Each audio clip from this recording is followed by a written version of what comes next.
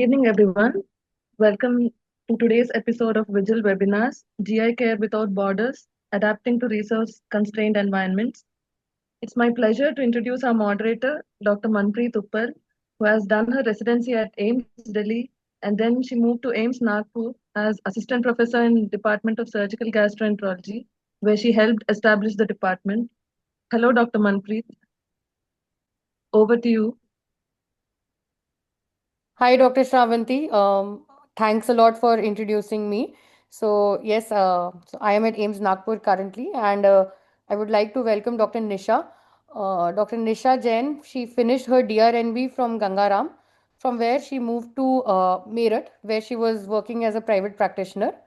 And from there, now she has moved to Mathura, where she is working as assistant professor in the Department of GI and HPB surgery at SKS Medical College. Uh, so Dr. Nisha has worked in at least two second-tier cities, and she will be talking about her experience with this same. And we will have a couple of other guests we have invited for their viewpoints on the same issue as well. Yeah, Dr. Uh, Nisha, to you. Hi, good evening, everyone, respected seniors and esteemed faculty. As surgeons, we all believe knife is life. The transition from a wide-eyed intern to a seasoned surgeon is nothing less than a marathon. When I reflect on my own residency days, we had to be sponges absorbing knowledge at an astonishing rates, shift from cases to cases, units after units, do thesis, acquire degree. So I always pondered, why do people super specialize? Maybe somebody was very passionate for it. They did general surgery to become a GI surgeon, or we have had guides, mentors who were HBB and transplant surgeons, and we got inspired to be one. Certain instances in day-to-day practice, maybe managing a complex liver bleed or a bile duct injury in one's lifetime, which inspired them to take up more exposure to HPB and liver cases. A few of them said it was another added degree, and some felt it is norm to super specialize in current generation. On a very pun intended note, you get a better spouse if you super specialize. So, which institute to choose for SGE? Post MS, we prioritized cutting chances as an important thing to decide an institute, be it MCH or DRNB. Today, I feel every institute which is offering a surgical gastroenterology program is a premier in itself, irrespective of the degree that is offered. Because it is not just technically about cutting chances, but also about acquiring clinical exposure, developing soft skills, and acquiring integrity and an emotional toll of making critical decisions that all adds up to patient management. So, what to do after getting this degree? What options do we have? When we look at given possible options after getting a GI degree, a few of them would want to stay back in the same institute or probably apply for a post at any of the prestigious institute or any high volume center, be it AIIMS, GB PAN, JIPMA, CMC, and stay in the institutional practice, or shift to a corporate or a private healthcare setup and be in a team. A few of them join an upskill program, a transplant or an advanced laparoscopy fellowship program in India or abroad. And a very small subset would want to go back to their hometown for circumstances that one is in. Hi everyone, I am Nisha Jain. I did my MBBS from KIMS Bangalore and MS from St. John's Medical College Bangalore. It was during my residency when I had my guide, my mentors who were GI and transplant surgeons, and that's when I was inspired and I was motivated to take up GI surgical program. I did my DRNB from Sir Gangaram Hospital, and yes, it was during my residency I had my son.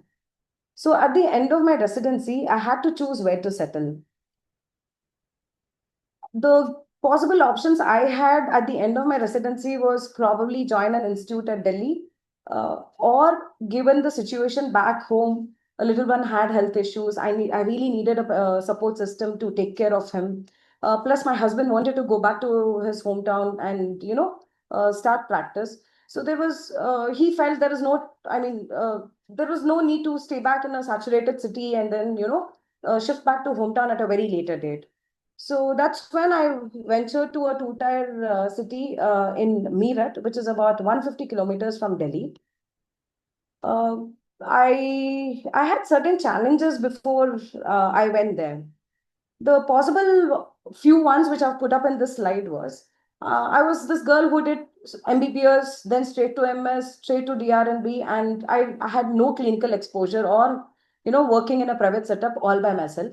So the first thing that I felt was a challenge was, will I be able to manage a supra major case all by myself? If so, who would be on my OR team? And where and how would I get my patients, being a newbie in the city? How would I manage financial concerns of the patient? And in a given difficult case or a dynamic situation, what would be my bailout options? To start off, and in residency, I had done few simple lab colis, jejunoplasties, FJs, stomas, and supervised hepatogejejunoplasties and esophageal. Not that this, I mean, it's all attributed to being in COVID batch and I had a maternity leave. So when I went into practice, I was novice. I initially started taking simple perforations. Then when I gained a bit of confidence, I went on to do obstructions, then ventured on to doing oncological cases. And the only keynote is in the start of the practice to choose cases wisely. There's no need to just finish and go back and upfront start doing Whipple's or a major hepatobiliary case the very next day. Because what happens in an institutional practice, we are exposed to a very high volume center. There's every resources under the same roof, multiple interdepartmental meetings, everybody at a span of a phone call to come and help us out in OTs. But that's not the situation in a two-tier city. It's a very low volume center. One single complication spreads like fire there. And especially in the initial days of the practice, we are under everybody's eye and radar. They would want to know how, what, and how the outcomes have been. Very limited resources, so it's always better and advisable to choose cases wisely. The second important thing that I thought was very important in the start of practice was taking an appropriate consent before doing the surgery. Back at Gangaram, our OT consents for most of them were pre-filled. We all had to put in the consultant's name to the procedure, add a few complications associated with it, and fill in for those signatures.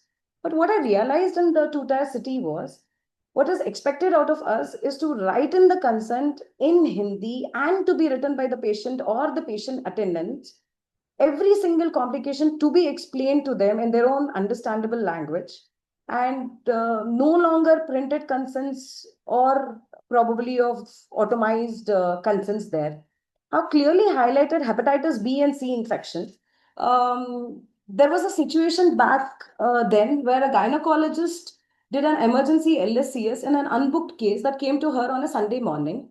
The patient and the patient attendants came to her with decreased fetal movements, and she did the NST. It was a non-progressive NST, and I think the mother was around 37 weeks. So she offered them LSCS. They had these printed reports, which was already done from outside, all the blood parameters being given and the viral markers being negative. Both HIV-1 and 2, HbSAg, HCV, all negative. And in a two-tier city, we cannot repeat a lot of investigations because that's a financial burden. The patient upfront says, "Madam, हमने सारा जांच already करा लिया है." So she went by those reports. She delivered the baby, and the baby had a bit of breathing difficulty, was a bit hypoxic, so went to NIC, which was in the city. And she followed up the patient. Mother was okay. Baby did well. Was discharged in a week's time and went back home. 1 month later, the husband comes to her OPD and says, my wife is having fever and we got few blood tests done and her hepatitis B is positive. And she was taken back because before surgery, all the viral markers are negative. And then how is it that just post surgery, 1 month later, this is positive? And we all stood up for her and she was really worried. The party was a bit abusive. They were creating ruckus outside her OPD. So we decided to, trace the patient's address, call up the local district CMO of that city to know that she was a booked case there. She was already a known hepatitis B on treatment for the last 4 years. Husband also been an hepatitis B.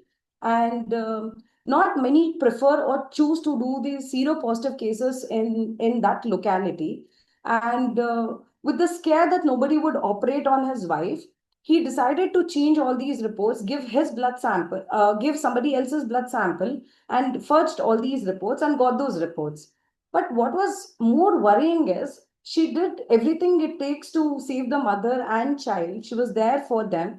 And husband just decides to come and blame it on to the hospital party. And that was very, very astonishing for us to realize. And such situations do occur. So we decided to take every elaborate consent that has been possible. And this is a very helpless situation in a two-tier city. Next, moving on to if somebody had to ask what is the most important part of the job, I think it is counseling. Because there's a known muhavra in Hindi which says, counselling is where कोई भी बात बन भी सकती है या बिगड़ भी सकती है and it is so true not just all that put it up in the slides pertaining to pre-op, but counseling is something which is very essential both in the pre-operative period and for the days to come. All of us have the degree, we are all certified to be a GI surgeon, we have all had acceptable skills, but what we lacked and what we lacked in our training program was public dealing. And this is something which is very essential because when a patient is in ICU, we prognosticate, and especially in a two-tier city, we go visit ICU, we just call the attendants, tell them, oh, aapka patient aisa hai, these are the things we are looking for, these are probably, this is how, could be a guarded prognosis or could be a certain high-risk factors for the day. But what is more essential is I always do it in the room which has a video web camera where everything is recorded. Plus, we have these registers and diaries wherein we write down everything about the patient, what is being explained to which responsible attenders of there, and take signatures. Because it is very essential in such a in such a district. There is no one single responsible person who is always there with the patient. And when something goes bad, the entire village or the entire town just pops into the hospital and they flood. And they are unable to understand. And the only thing they say is, "Doctor ने हमें ये चीज कभी बताया नहीं." So counseling is one of the most important part of the practice, is what I do suggest. And the other thing is radiological discussion. Especially in a two-tier city, we have a lot of patient attendants or somebody in the hospital have sent in these reports, which is, हाँ acute appendicitis है, हाँ कुछ dilated bowel loops है, madam बताओ surgery का क्या खर्चा है. Nobody wishes to come in with the patient, have it counseled by the treating doctor, or even in fact show what is happening in the what does the CT film say. So never go by what is there given in the report. It is very important to sit down with a radiologist, see the CT on a console preferably. Most of these radiologists are all freelancers. They just come between 4 to 6 or 2 to 3, and especially if need be in a post-operative period to get a quick abdominal scan to rule out intra-abdominal collections. That motivated me to take up a very short ultrasound course, and today I can comfortably do an upper abdominal ultrasound. And for all the medical legal aspects with F form, I generally do not go towards pelvic ultrasounds, be it uterus, ovary, or tubal structures, because that is out of my pretext. I just do it bedside if required to see if there is any collections there, anything that I will have to eventually immediately have it changed in the management. And I always suggest we as GI surgeons should know how to read our own CTs, our own MRs, to be MRCPs at least, and do an upper abdominal ultrasound. Back in institute, the OT theater would have all these state-of-art facilities where every equipment is at the hand side. There's associate consultants, PG first year, second year, third year, qualified staff nurses, everybody to pitch in in a single case. And at a phone call, there are also other interdepartmental teams who would just immediately come in. That is not the situation in a two-tier city. Before taking up even a supra-major case, I would always suggest try and identify if I'm the only individual surgeon, like how I was back in that hospital, and if I have had a major case planned for the next day, I would always try and figure out who would be the surgeon who would be available during those OTRs. And the urologist would generally come in at 4 to 6 o'clock. And I would put my case somewhere around that. Because we never know when we would be in a diagnostic dilemma or in a difficult situation where I would need another helping hand there. And most of these people in the OT team may not be a qualified BSc, MSc, OT trained nurses. They would have been there for years together, and that's how they would have got imbibed to the system. So it's very important and essential to identify who is there in those OT team would be a good assistant. Sit down, talk to them one day before surgery that this is what I require, this is how I want it to be, and these are the things that I want it to be kept ready before the next day's surgery. And they would definitely be there to help us out. And the next important thing in such situation is to have a very good ICU backup facilities. May not be like at how an institute level where there would be a critical care head and a team of doctors who are always on call, always available in OT. That is not the situation that happens in any small scale setup. I still remember one of my junior called a week back, and he said, "Mom, how is it that you managed to do a major case at your place, but I'm unable to, even plan one because I do not have ICU backup here at back in small two-tier city near Jammu." What I realized is when I went in there, even we never had a critical care expert when I started off doing my initial cases. But eventually, I would work my way around with the physician there and even request the anesthetist who would come in for the case. If the patient went on ventilators, try and change the AVGs, speak to them, update them about the patient system, and request them to come over, visit them the very next day if there is a problem. And with time, we eventually bought in and developed the ICU system, and that is very, very essential. Most of the staff nurses who are in that setup wouldn't even know what is required and what is to be done. For an example, there was a patient which I had done an laparotomy for a perforated terminal ileal ulcer, and the patient was in sepsis and septic shock, also a known COPD. So I had resected and brought out a stoma because patient was already on NORAD. And the ICU staff nurse saw that the saturation dropped from 92 to 82 during the course in the night, and he increased the oxygen settings to an FiO2 of 100. And over the course of time, the patient retained oxygen, became tachypneic, and went into carbon dioxide narcosis the very next day. He is nowhere wrong. He did what he knew could be done. There was a drop in saturation. अगर oxygen कम होता है तो हमें oxygen और ज़्यादा देना है. But that is not the situation in a COPD patient with a type 2 respiratory failure. And so such situations are bound to happen. It's always advisable to be there by foot and monitor and be in the loop. I would also suggest it is very essential to train individual staffs who are in OT. I still remember back in OT, I would have one girl who would only tell me the checklist that I've had to finish at the end of the procedure and only give me gauze and mopcon. That was an assigned role to her, because back there the gauze pieces, the mops are something which could amount to medical negligences, not only in a two-tier city but also in a institute practice. But these situations are likely to happen, especially in a two-tier city. Now, especially mentioned sutures. This is probably because when I was a resident, I had this notion, which is quite weird, that if I do anastomosis with PDS or proline, or maybe a Vicryl or silk, only then the anastomosis will heal. And if any other thing would probably have a chance of erring towards a leak. So when I went into this two-tier city, I remember that I was given these barbed sutures to put knots onto the mesentery or to ligate the mesenteric vessels. And I would go back home sleepless, just trying to recall, oh, what if those barbed cotton threads cause, a foreign body reaction, and then there is some adhesions formed. And what if this patient lands up in probably an adhesive bowel obstruction?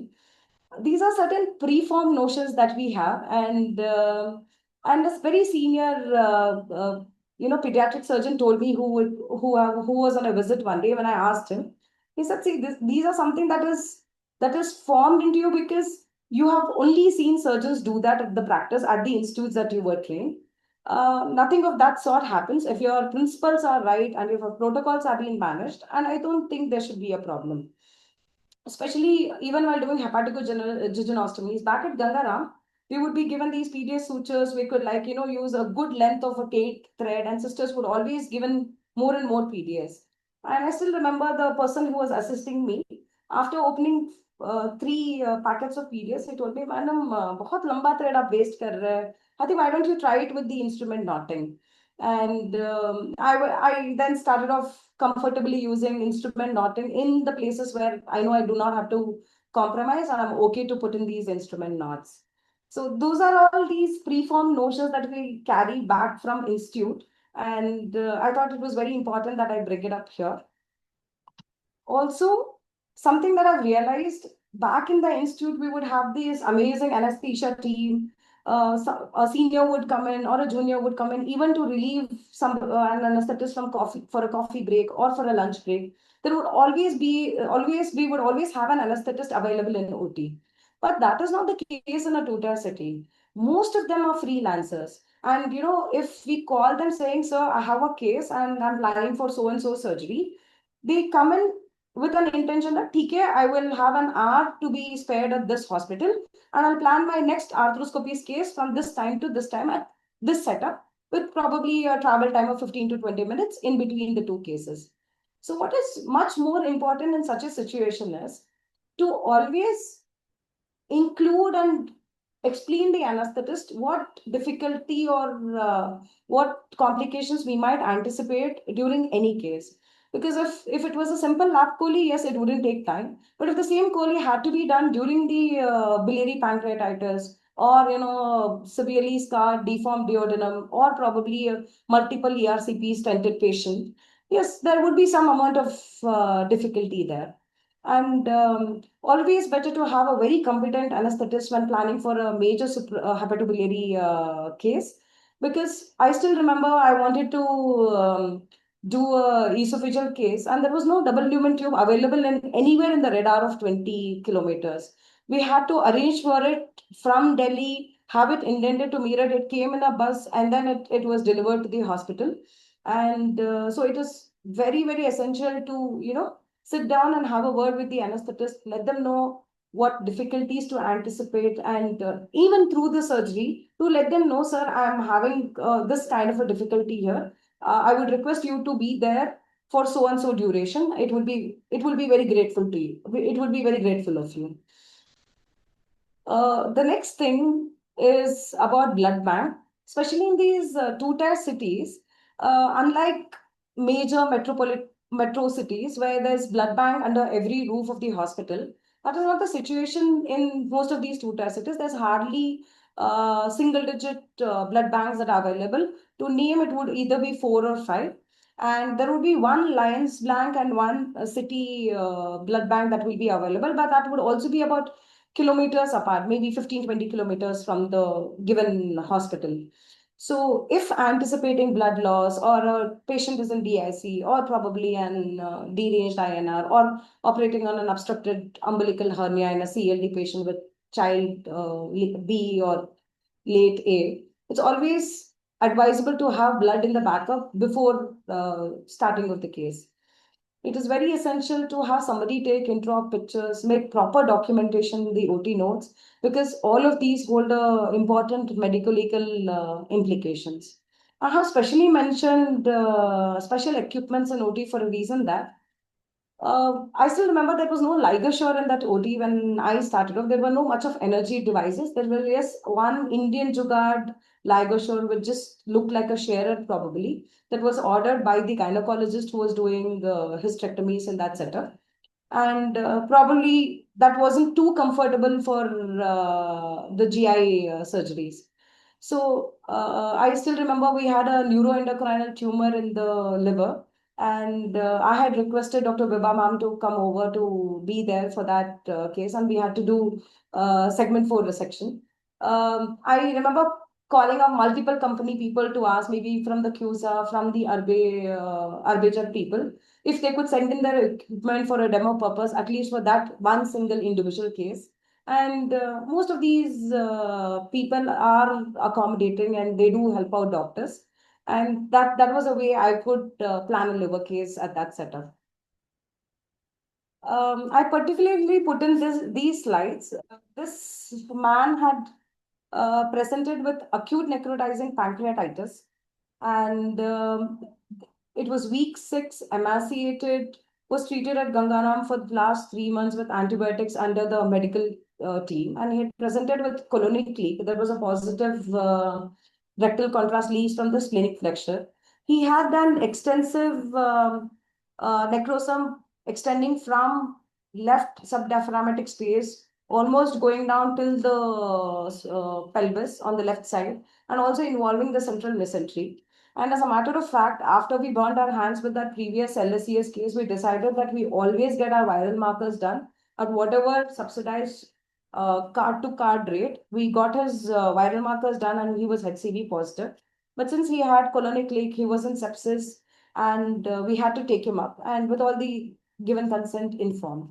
So what I would do is, since I was the only surgeon and I would be helped out by all the OT assistants who are there, I would draw these such diagrams on the board, wherein I would depict where all I will have to open up, which all spaces I will have to open up, remove the necrosum, so that I don't have to, like, keep stepping outside the OT, keep watching up at the CT or MR films, or scrolling in for that matter on the phone, especially in such a positive case. And I started doing it for multiple other cases. This was the necrosum I had removed. And he also had a gallbladder surge in his last ultrasound. So and the patient was hemodynamically stable, so I decided to remove the gallbladder also. So I would make these notes on the table. Check for on-table stomach leak, because I thought it was going all the way up till the fundus. Probably it was not picked up on CT. Once removing these necrosum, maybe there will be a positive leak. With the rice tube in there, maybe flush some air or have methylene blue inserted. We will be able to identify the leak. Remember to do an FJ for the part of nutrition. He had a splenic flexure leak, so given a terminal ileostomy, that's the best way to take care of that leak. If time permits, patient is hemodynamically stable, it's not a prolonged duration of surgery, finish off cholecystectomy also. Before closing up, make sure there are communicating drains and place, secured well. Always remember to check for mop and gauze cons. These were like reminder messages to me to just make sure before I descrub, I finish all of these and then I descrub. And this did help me in all these supra-major cases where I would be all alone in OT with just team of technicians there to help me.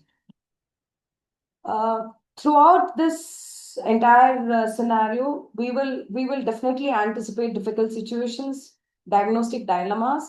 So it is very important to know where to stop, and bailout options are something that everyone has to know.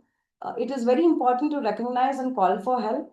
What is more important is do no harm. Patient safety is the most important priority over anybody's ego or a degree certificate. Complications are bound to happen. It is very important for us to own up to our own complications. And what is much more essential is recognize that there is a complication. Only then we will be able to treat those complications. I've had seniors, I telephone them, talk to them, WhatsApp chats, group, share CTs, discuss the entire case, and, timely referrals if that cannot be managed at that place is what is much more essential. I still remember, I think my moderator, Dr. Manpreet, had just passed out from AIMS and she was setting up at AIMS Nagpur. I had a massive small bowel resection in a 17-year-old who had presented with mesenteric ischemia, and he had come in sepsis. I bought out a double barrel stoma, one at the just at the DJ and the other one at the terminal ileum. And I knew there was no way I would be able to mobilize it and do a duodenocolic anastomosis in for that matter of fact. So I'd called her, I'd requested her if she could arrange for a bed at AIMS, and maybe there would be a chance for this guy apart from TPM and other things. And she was available. She helped me out, and that boy went to AIMS. He had a duodenocolic anastomosis. There is a part of failure to thrive, but he is holding up. He is doing well, and that is what something is much more important to reflect upon. In an ideal world, yes, it is very important to have degree. Every patient who would come in would these days look out for gastro doctor near me, gastro surgeon near me. So nobody would. This has become a time of super specialty practice, and to have a valid degree, to have that certificate is also very important. If the situation permits, it's always better to have an institutional practice for 3 to 5 years, gain more exposure and confidence, and maybe then overlap with peripheral OPDs in a two-tier city, and then once confident to take off to their hometown practice. That's not actual situation in everybody's case, like in my circumstances and in many more. If I have to resonate with multiple other people, there is growing need of super specialists in two-tier city. What is much more important to realize in such a situation is to go slow, have a appropriate case selection, be prepared for it, not to take every case as a, oh, okay, it's just appendix, it's just gallbladder, I'll be able to do. Always go back, reflect upon pre-ops, scans done, CT, and have the team also prepared. It's not just about the growth curve of the surgeon in per se, but it is like an aviation cockpit. The pilot is trained, everybody in an anonymous trained, and that is very, very important to prepare the supportive team to carry forward. Always have backup options in mind. And what I found, which is very important, is to invest in one's own skills. It could be laparoscopy skills, it could be laser proctology skills, it could be any other skill. It is very essential and to have it in continuity at practice. And I especially brought this up emotional quotient today because complications did happen at Gangaram, but there was boss, there was a consultant underneath him, there was PGs, there were other consultants. So the pressure would get dissipated. But at a two-tier city, if it's an individual surgeon, everything is on us. We have to operate, look back and reflect upon the complication, and that definitely would take a toll on us. So emotional quotient is something which is very important and during these tough situations. And I think with time, we all adapt to it. Always better to have mentors, and I'm so grateful to everybody who's been there and who have always helped me out and continue to do that. Last but not the least, it's in an individual practice, what we forget to audit. I maintained a logbook of all the 500 surgeries I did in the last 1 year. I also had a logbook to just add on to what mortalities I had and how morbidities were present. It's very important to do one's own audit and even audit the laparoscopy cases that we do at the end of the day, because all that would add up to better patient management in future. Finally, I decided, okay, something that I was always worried about is as to, am I really prepared to venture on to my first Whipples? I still remember it was in the month of August 2023 when all of us had met at first Vigil meet in AIMS.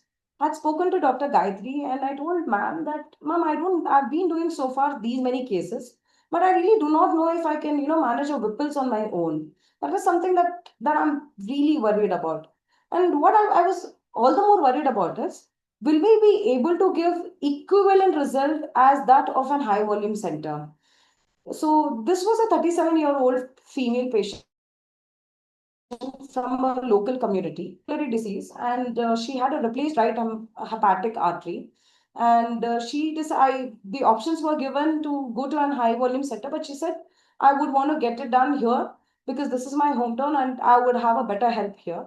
She came over to me, and I think this case nearly came to me after an 12 months of rigorous practice and setup, and I knew I would be able to manage it. So I did this case with just two doctors in OT. That is, one is me, and the other one was the anesthetist. Rest were a team of OT technicians that I've been with them for the last 1 year. And it was a I mean, that night changed everything for me. I had to do skin to skin, from D lab to giving an incision, resection, took a break for a coffee, came back to do an PG anastomosis, HJ, GJ, and an FJ. The patient went back home, no leak, did well. The biopsy turned out to be moderately differentiated adeno-CA, PT2, and zero tumor. And she, in fact, came to me in OPD and she showed me about a month back, all smiling.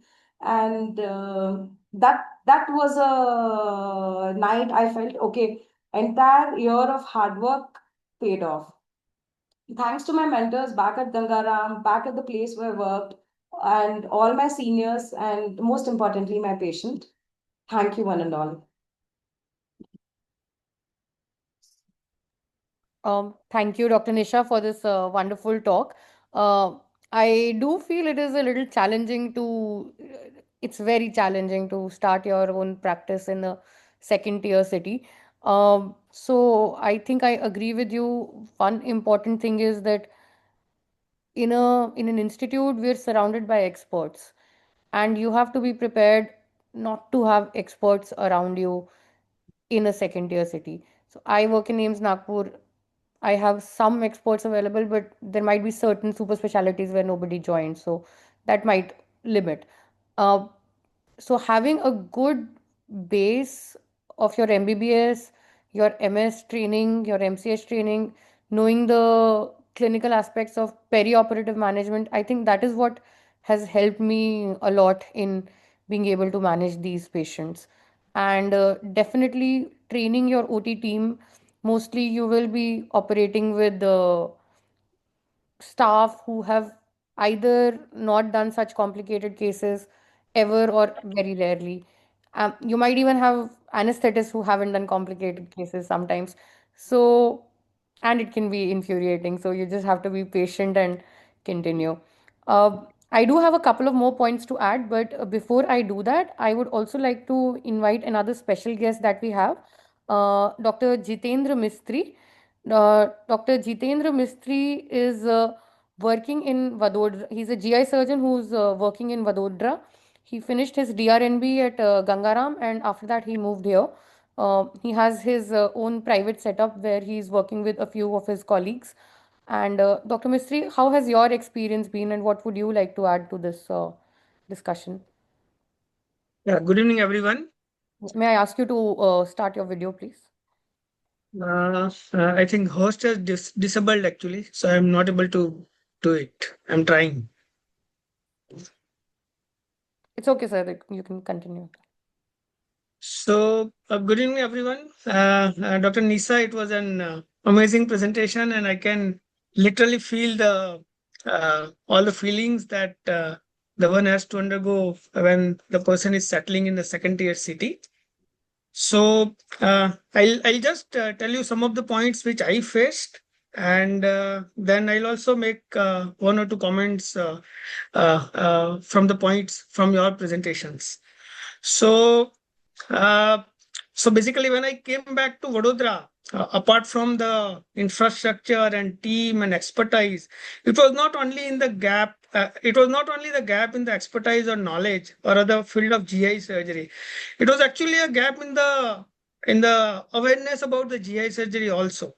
So when I came in Vadodara, most of the people, most of the doctors in the city used to feel that the one who does the lap cholecystectomy is a GI surgeon, or the one who does some laparotomy is the GI surgeon. So I had to do an immense work, groundwork for almost next 4 or 5 years of my practice to explain and make them understand that what is actually a GI surgery. When I did my first pharyngocoloplasty and I presented in one local forum, one of the very senior general surgeon who was actually a teacher to most of the surgeons in the city, he stood up and said very badly that this kind of surgery cannot be done and should not be done. patient would generally die. It is better to keep the patient lifelong on the feeding jejunostomy rather than doing such a kind of extensive surgery. One of the patient infected walled up pancreatic necrosis. I advised a necrosectomy, and one of the surgeon said that pancreas should not be touched. Patient will die. It is better to manage this patient conservatively. So these are the kind of experience I had in my initial practice. But I must say I give credit to Dr. Nandi. Staying with Dr. Nandi for 4-5 years was an immense help mentally, emotionally, as well as how you can persist in a challenging situation. So I very strongly believe that institution is actually not a building or not a team. It's a thought process. If you have a thought process, if you have a very good plan, you can make a kind of virtual institution anywhere. Most of the second tier city in the India now have some reasonable amount of infrastructure. You just need to make them well arranged. So for example, when I used to do my freelancing practice, I had a medical oncologist friend with me, I had a radiologist friend with me, I had a good anesthetist with me. So all of those are involved, even if we are not working under one roof or we are not working under the one institution, or even if there is no institution available.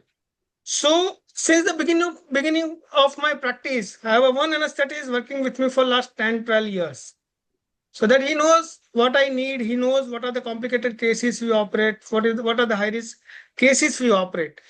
The one important thing I did in my practice, which I think helped me the most, is that investing a lot in instruments and equipments, and investing a lot on the staff. Today I have a nursing staff with me. So I always keep 3 nursing staff with me wherever I operate. They are with me for all my surgeries. They know my protocols. They know everything about my ways of doing the surgery. And that keeps my stress of looking at the lot of non-surgical things at low. I invested, even if I had a second-hand WIGIL in early phase of my life, I invested in Legacy or I invested in Harmonic rather than buying a high-end car. And I invested a lot in the staff. Today, having a 50-bedded hospital, I have almost 50 staff with me, which are trained particularly for the GI surgery. But those staffs and those equipments, investing on those staffs and equipment at early phase helped me like anything.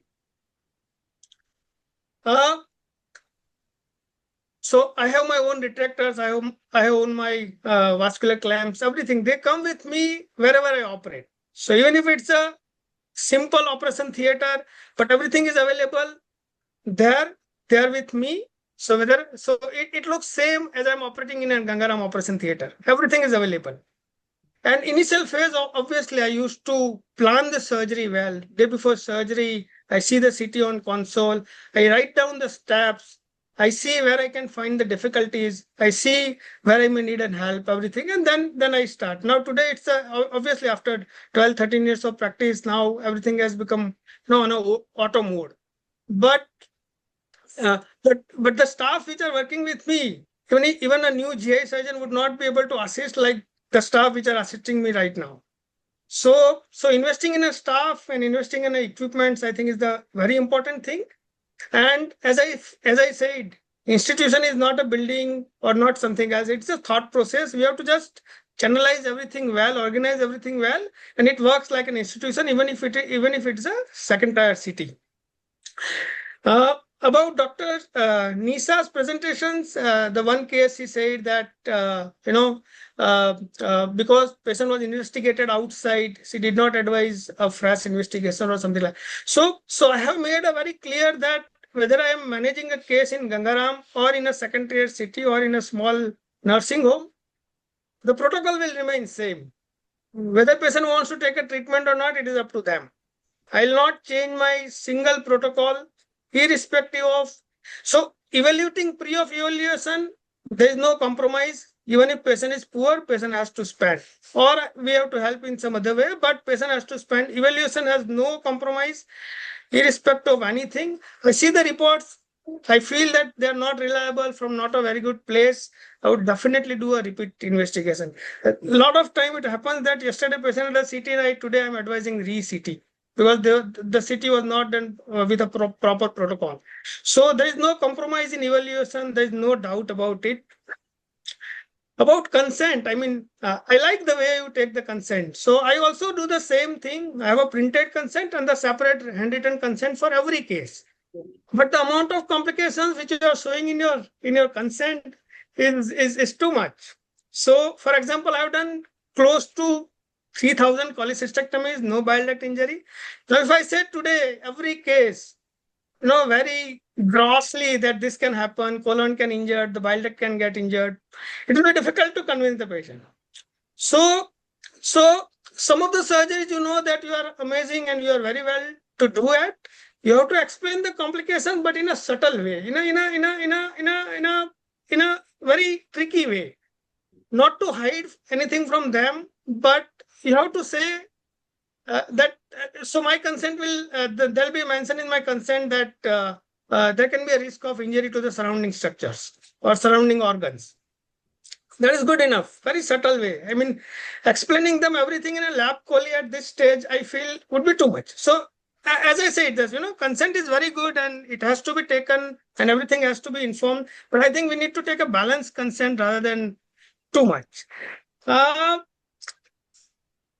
Other than that, I think you covered most of the things really well, and I can literally sense those initial years where I started my practice, and there was nobody around, and there was no hospital where trained staff for the GI surgery. No hospital had a staff who can change the stoma bag. So a lot of things we started, but it was a fun, I guess. Baroda starting a GI surgery and making a name of a GI surgery in the city, it was a fun. I enjoyed the process of last 10-15 years. It was a fun. Thank you, I think. Thank you, Dr. Mistry. And I think apart from fun, it's also very gratifying to know that you're making Yes. a difference. Uh, so I have a question. How do you deal with patients who come with Ayushman Bharat and MJPJY? Does that create a problem? Do how do the finances play? Because when you're in the institution, you usually don't have to think about what is the cost to the patient. So does either of you want to take the question? Is this to Dr. Nisha or me? Either of you, sir, whoever wants to take it. So I do not manage any patient in schemes. It's a pure private practice. Wherever we need a charity, we do charity. So on an average, I operate 2 to 4 patients monthly free of cost. On an average, I do 2 to 4 surgeries a month free of cost at a medical colleges in Baroda. Whenever they want me to do a GI surgery, but when there is a private practice, it's a private practice. So I don't do any scheme patients, or I do not get affiliated to scheme patients because I feel that those people, those who are doing it in a this kind of schemes in a private hospital, I see they try to restrict their cost by doing a lot of things which I don't like to do. I would not like to compromise on sutures, on staplers, on any kind of patient's treatment. So I have decided from the beginning that I'll not do anything on the scheme. What about you, Dr. Nisha? Back then we did not have Ayushman there, but now that I moved back to Mathura and the entire, I think 70% of the population here just run on Ayushman cards. I choose my cases. I mean, those which I feel is a straightforward, yes, I do them in Ayushman. And anyway, I'm right now in a medical college setting up the GI department for them. And for those things, I know that the medical college is not very well equipped.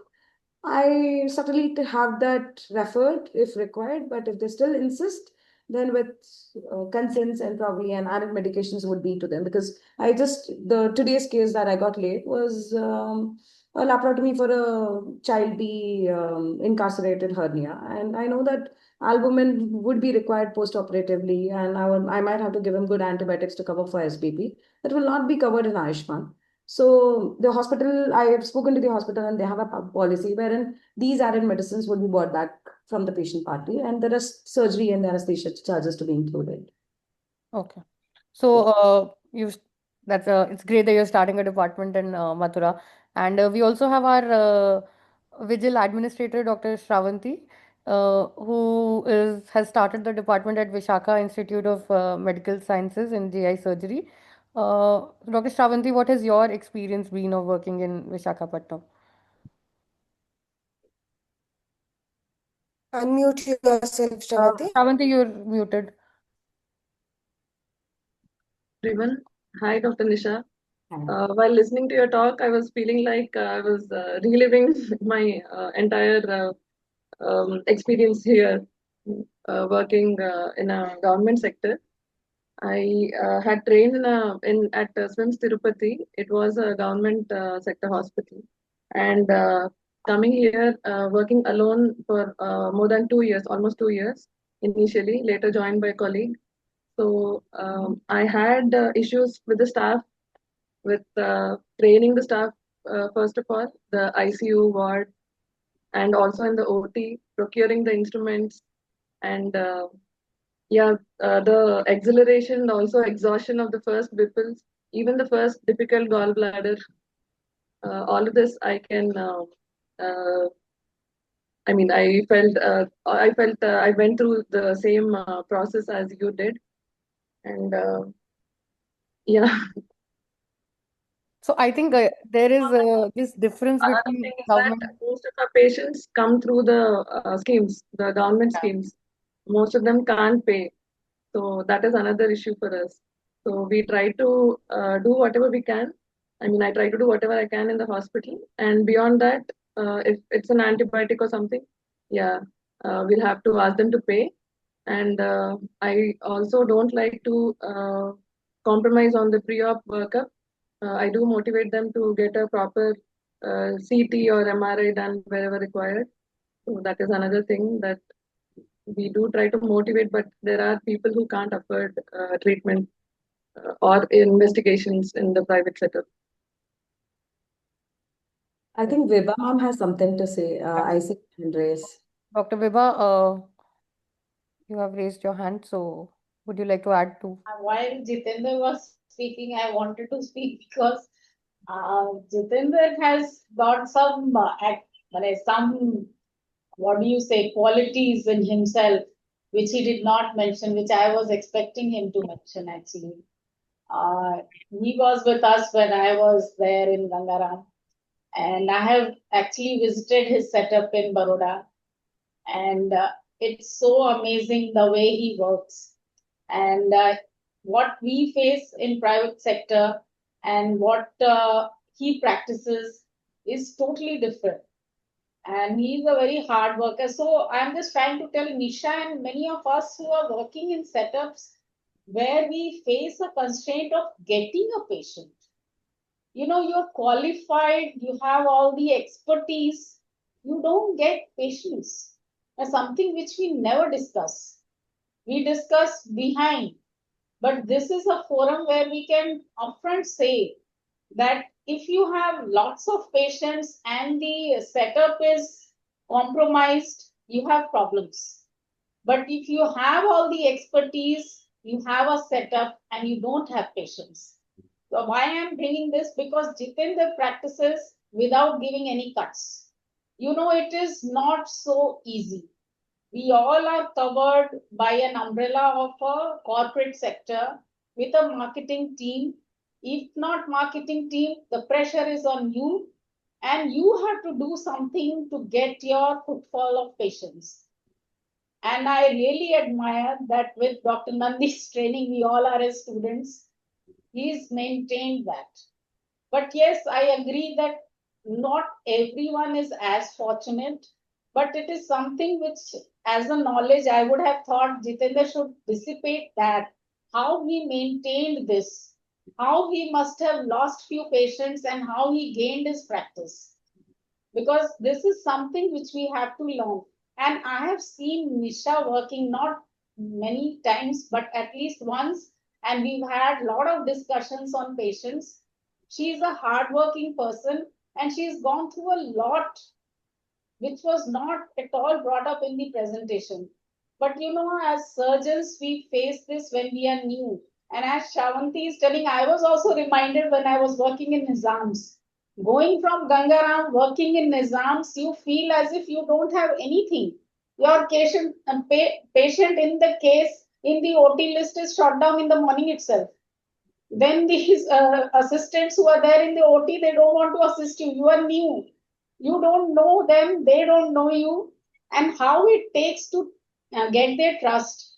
And at the end of 5 years, when I left, I really feel we had such a nice time.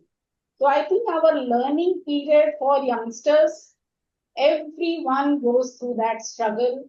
And if you look back, those are the times when you learn the most. You learn how to adjust and you learn your operative skills also.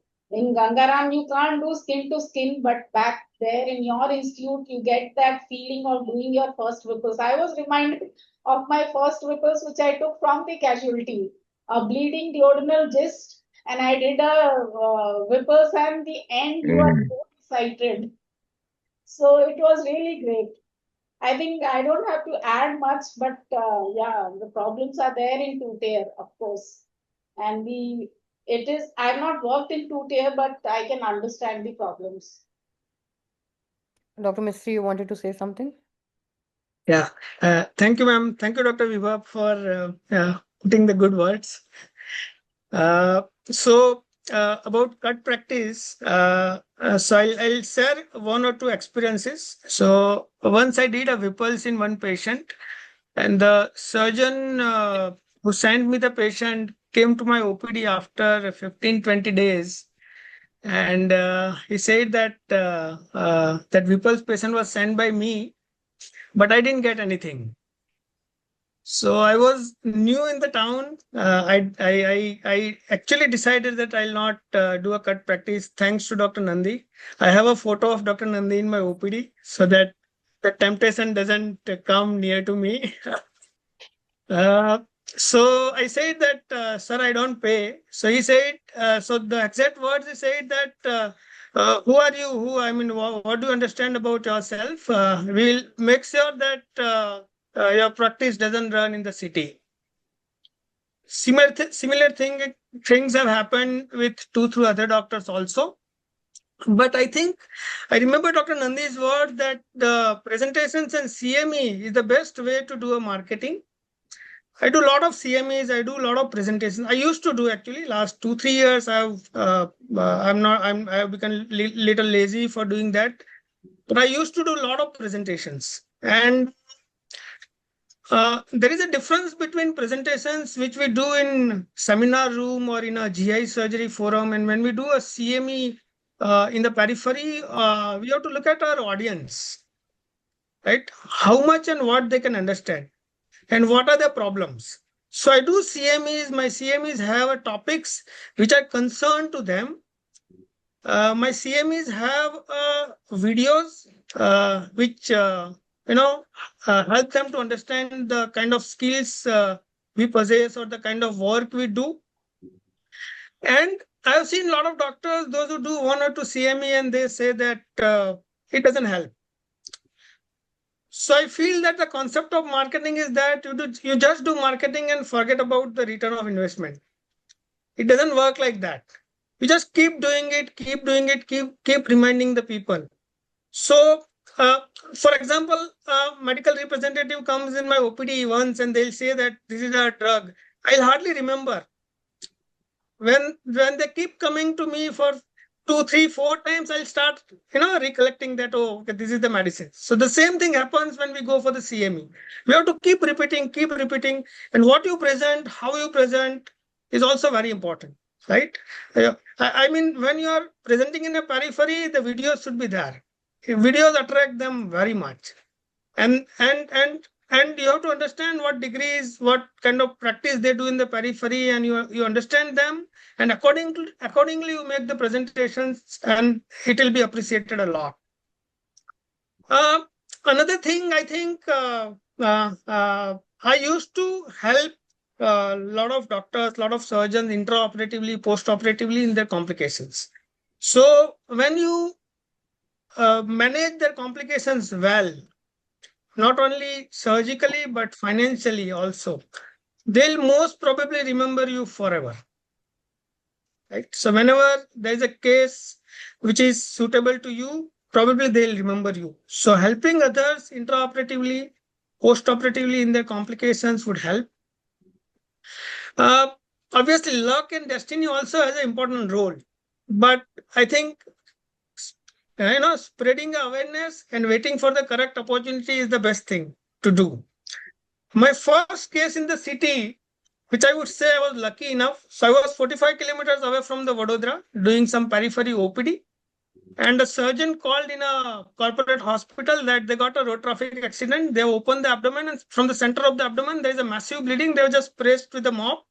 And what can be done? And they talked to other surgeons in the city, and they said that they don't know how to manage. But they said that a new guy has come in the city who is a GI surgeon. Call him if you can help.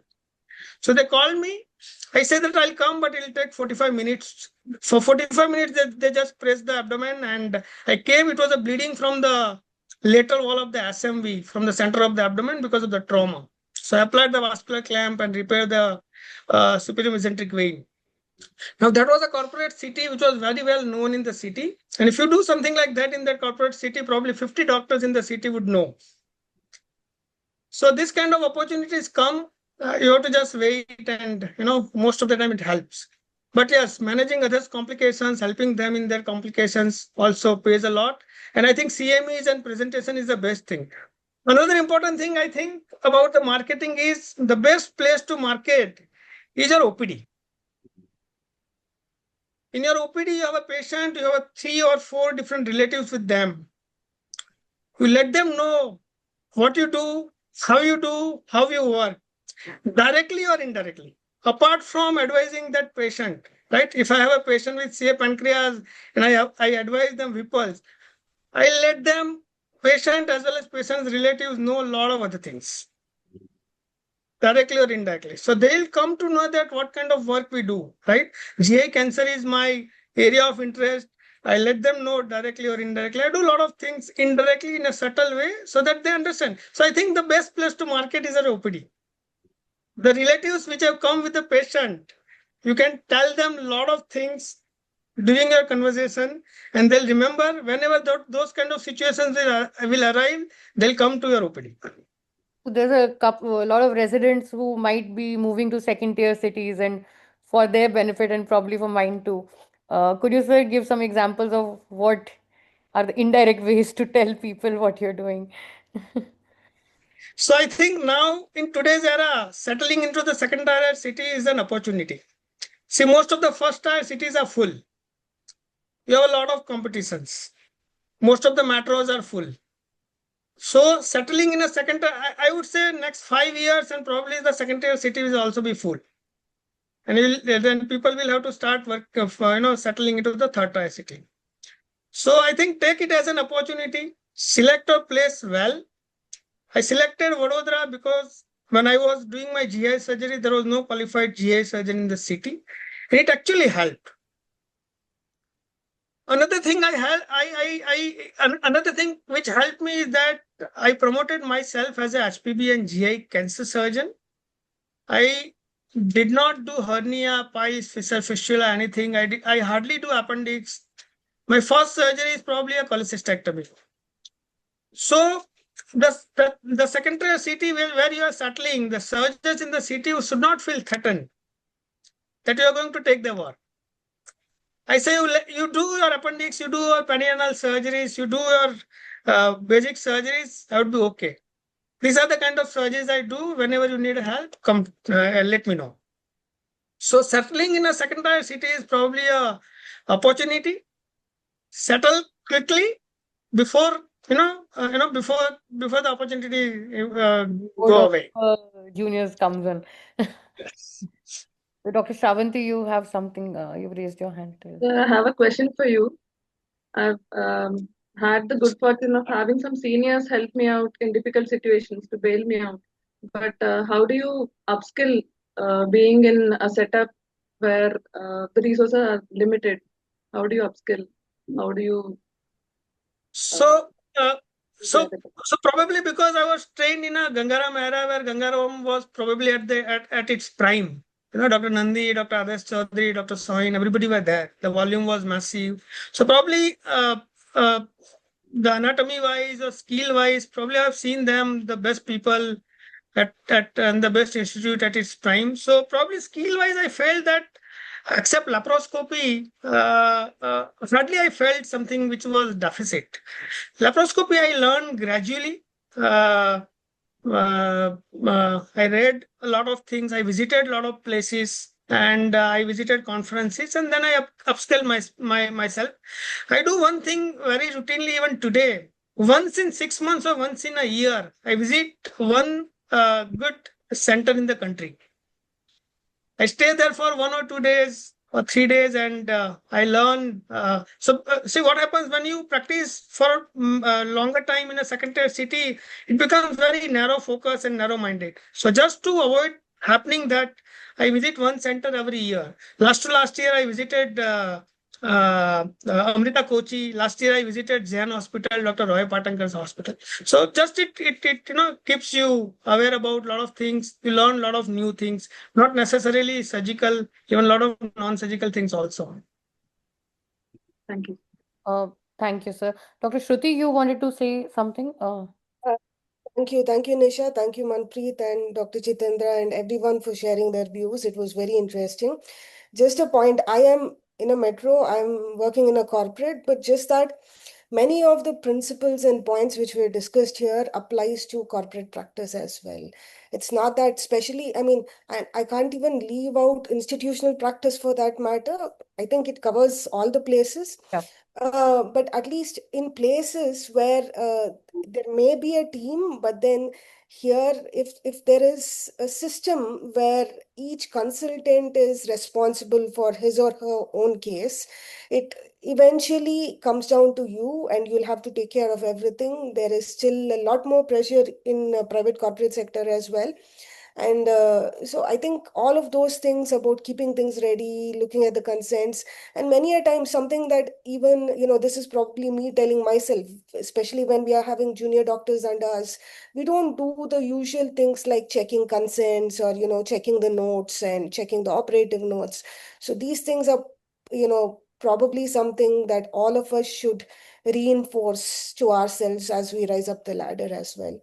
And about the marketing part, which was mentioned by Dr. Jitendra, be it CMEs or, using the, whatever the Dr. Vibha was mentioning about the corporates giving us all the marketing executives and, all the other digital options that we can use. But then it's also, again, it comes down to the fact that you will have to go there and use it. The hospital is not going to singly promote yourself, you or any one particular person, if you are not someone who's savvy about it or who's willing to go ahead and use that opportunity. So just these 2 points that I wanted to bring out. And probably you can open the forum, open the topic for discussion in the larger forum. So before I open, I would just like to add a couple of points. So, or maybe just summarize what has been said. I completely agree. The most important thing for starting an independent practice in a second tier or any city, an independent practice anywhere, is to do your diligence. During our residency, we have our juniors, we have our faculty, we have trained staff who are looking after different things. But what I've learned is I have to take the history on my own. I cannot depend on my residents. I have to do the examination on my own. I have to read the CTs on my own. I have to make the plan on my own. I have to sit with the whole case history a day prior, maybe talk with a senior if I'm having some doubts, and talking to seniors always helps. And then also on the day of the surgery, making sure that everything is available. Sometimes you will start the surgery and then suddenly you will ask for a suture which is not there, even though you have mentioned. So, not just tell the nursing staff, especially if you're in a government hospital where, I mean, they don't really have a lot of liability. I do the same. Yeah.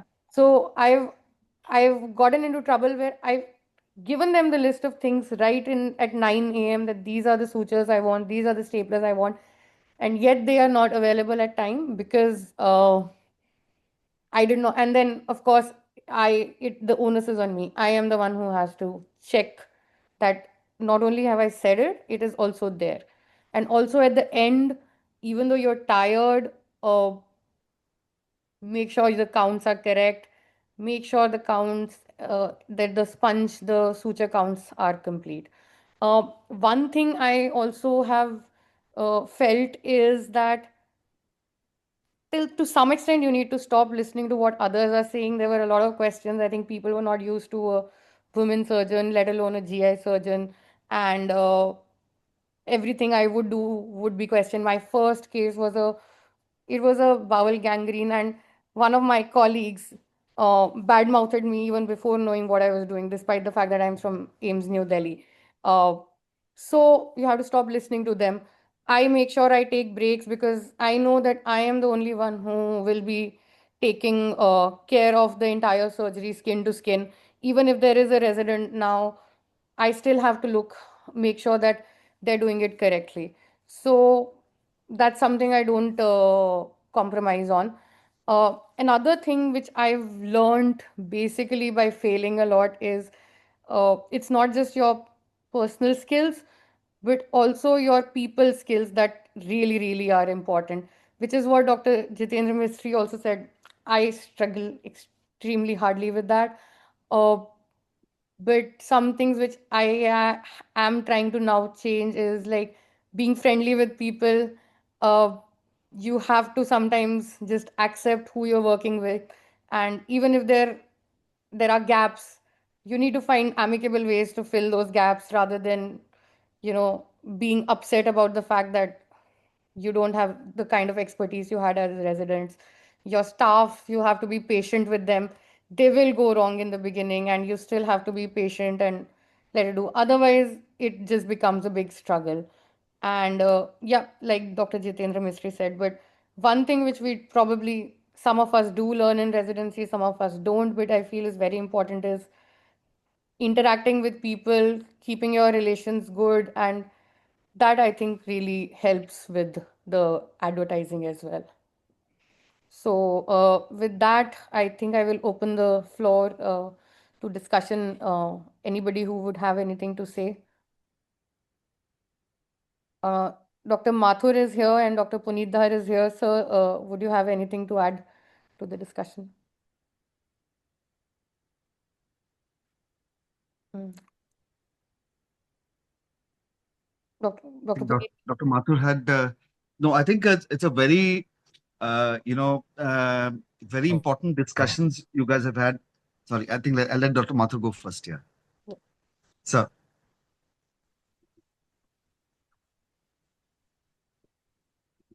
Sir, so you're muted.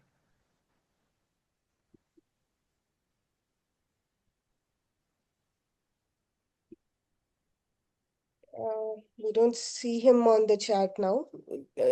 Puneet sir, you can probably start. We'll ask him again after some time. Okay, I think because I think he put in the group also that he's muted, so that's why I thought he should go first. So yeah, I think some very very important points. Uh, uh, like somebody else said, it's not just about a small tier city or a lady in a lady surgeon. I think a lot of stuff that you said resonates. It does make it tougher as a lady, and I can imagine the two cities. It's even more important. I think because as surgeons in your residency there's a tendency to show you have more guts, more balls than the guys also. So I think in the practice setup it has to be a little more subtle, just like Jitendra's consent. So I think you have to attend meetings and all as well, even if you're not conducting the CMEs, but go and make a point very subtly without coming across as very because there's a tendency for especially the tier 2 city people to feel, oh my God, if a lady is like this, she must be bossy. So taking that very, very, very subtly, you'll have to get that point across that, I know what I'm saying, the smile. So one thing I realize is all of you are fantastic communicators, better than the average guy for sure in GI surgery. So I think you will not have a problem. I thought Sharvari was a very shy, quiet person. I heard her last week's presentation. I think it was I'm going to use all those cases for teaching purposes because they're all fantastic conundrums we all go through. So every single moral and ethical dilemma she brought out is a very good teaching experience to show the even the undergraduate, not just the postgraduate students. I think Dr. Mathur is back online. I'll let him. Sir, your mic. But some very important points. I think what Jitendra also said about showing you make. I'm very proud of him if he was able to not avoid that. That referral practice in that way. I must confess I've never had the guts to go into practice for that. For many of the that is one of the reasons, because I know I will never be able to say that.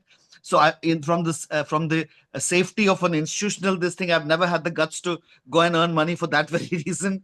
So I really appreciate anybody who can, because everybody tells me they have to bow down to that. So I'm so proud of you that you're able to. I think that's a beacon for others.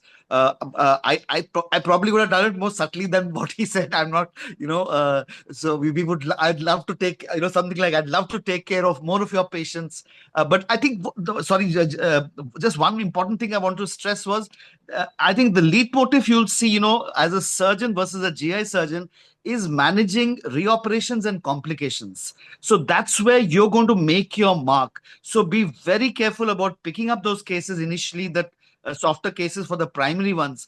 But the complicated ones are the ones you're going to make your mark. If you've seen Adarsh's interview on a Learning General Surgery platform, he tells of how they struggled with Maulana Azad, none of the surgeons sending the patients, and it's a fecal fistulas which actually made. And the same story I had in Kerala, everywhere. That's one thing what Nisha and Jitendra said about managing complications. I think is very crucial, because initially you say you don't want to take those kind of cases. There's actually no risk, because nobody, if they do well, you get the credit. If they don't, the primary person, and that person is indebted to you for life. I have a colleague here, Salim Nayak, who has gone to every surgeon who's had a bile duct injury. He goes and helps them out without taking a penny from them. But we are reaping the benefits of that now, because all those surgeons refer patients to us here in Faridabad now that he's joined us. So I think there's a lesson there in what Jitendra said and what Nisha said. Dr. Mathur, sir. Yeah. So first of all, I think hats off to Nisha, because and I will give the reason. See, Baroda and Mathura are not comparable. I know Gujarat very well because I worked there in Surat Medical College long back, long back, 79. Okay, Baroda in medical field is as advanced as any first year city. Okay. Having said that, yes, Jiten, what you have done, you have found the way to establish yourself as a GI surgeon amongst the general surgeons. That is credible. Okay. So, Nisha, the Mathura, I know it's a much more difficult place, because it's no more than a bigger district.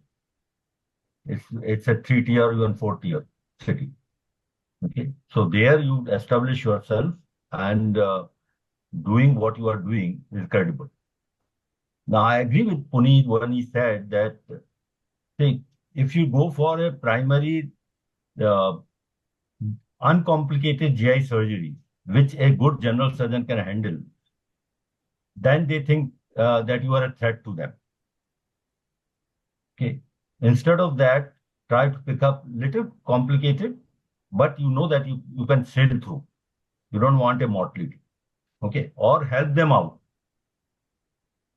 That's the way they will have a confidence in you, because you are not eating away their work, but you are giving them an advanced coverage. So if they'll end up in the complication, they know whom to call. Okay. So that is the way I will say that. Now, coming to the both Jitendra and yours and others' comments about the this infrastructure and the suture material and the gadgets and all that. Okay, for your information, I worked 17 years in KM Hospital. Okay. I didn't have any CUSA, no ligashow, no harmonic. Even diathermy was Indian-made diathermy, not even the Bobby or your other advanced diathermies. And with that also, I did the Whipples as well as the major hepatic dissections and out the portal hepatitis surgery. So you have to learn to innovate. And same way about the retractors. There were no Thomson retractors in our time. Okay, so you have to innovate and learn to innovate in that situation.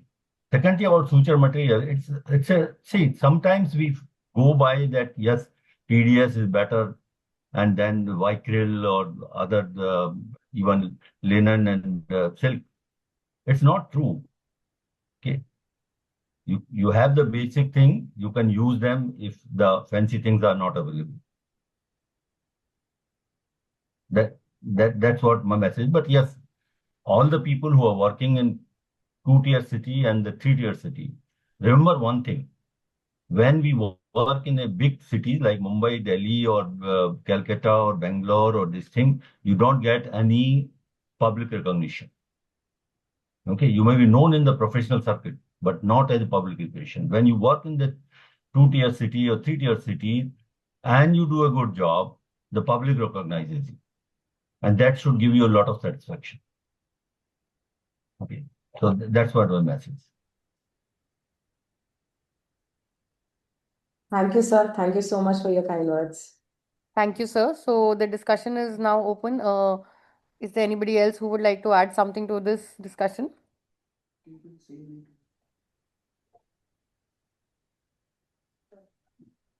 Right. So we have crossed the time, and I do not see any hands that have been raised. So, Dr. Shruti, shall we wrap up? Yeah, I think we can. So yeah, we'll take leave now, and next month we'll come back with another set of webinar. And this time we are rejigging our, this particular format. And the next month there will be a journal club presented by one of our female trainees from Delhi, and we will announce about this shortly. So, and please stay tuned, everyone, for the new format. We have journal clubs, we have some newer advances, and we'll have these interesting non-medical talks as well, like Dr. Jitendra was mentioning about, probably setting up and the other social aspects of things, and, everything that you need to know when you come out in practice. Yeah. Thank you. Thank you, Dr. Nisha, for a wonderful presentation. Thank you, Dr. Jitendra Mistry, Dr. Shravanti, Dr. Puneet, Dr. Surendra, and Dr. Vibha for your inputs. So just wrapping up the talk, and I think the takeaway message would be, if you're in a second tier city, be patient, hang in there. Second tier cities move slower than the metros, and so does your practice, but it does pick up. Uh, just be patient, just take all the help you can, and just be very selective and careful, and focus on your interaction with other people and your colleagues and patients. So with that, we wrap up. Thank you, everyone, and we'll see you next month on the first Tuesday for the next WIGIL webinar. Good evening.